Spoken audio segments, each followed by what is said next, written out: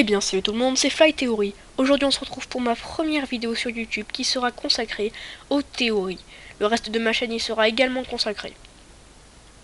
Aujourd'hui nous nous retrouvons pour des théories sur Game of Thrones. Et avant de commencer cette vidéo, assure-toi de bien avoir regardé les 5 premières saisons si tu ne veux pas être spoilé. Allez, on commence.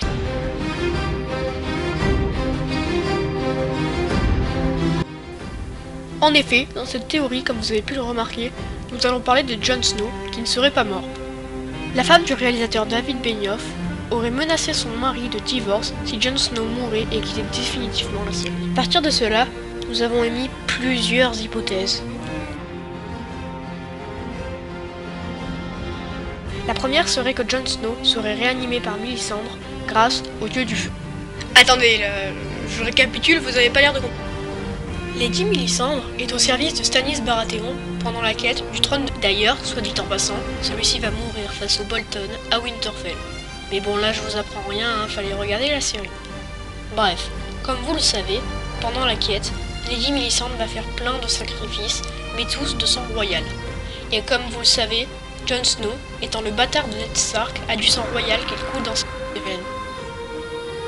Et là c'est le moment où vous allez me dire, oui mais Jon Snow, il y a du sang royal dans ses veines, sachant que Lady Mélisandre, elle sacrifie tous ceux qui ont du sang royal, il va lui servir à rien. C'est pas faux, mais étant donné que Stannis Baratheon est mort, elle n'a plus personne avec qui se battre. Elle va donc réanimer Jon Snow par la force du feu et le convaincre à rejoindre ses rangs pour aller conquérir le trône de fer. Pas mal cette petite théorie, hein. Mais bon, moi je préfère la seconde.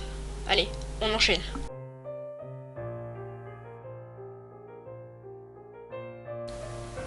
Dans cette hypothèse, nous allons tester la probabilité que Jon Snow soit réincarné en marcheur blanc.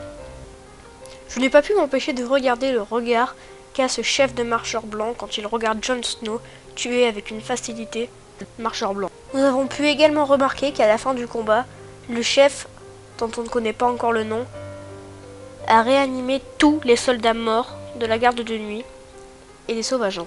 Donc techniquement, Jon Snow mort peut être réanimé par un marcheur blanc. Pourquoi ?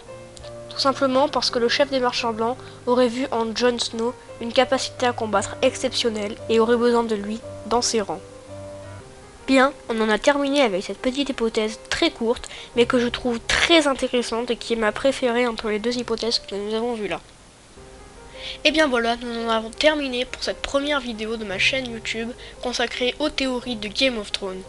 Bien sûr, ce ne sont que des hypothèses, inutile de se battre dans les commentaires pour dire si ceci est vrai ou faux. Vous pouvez tout de même réagir si vous trouvez qu'une des théories n'est pas en raccord avec le film.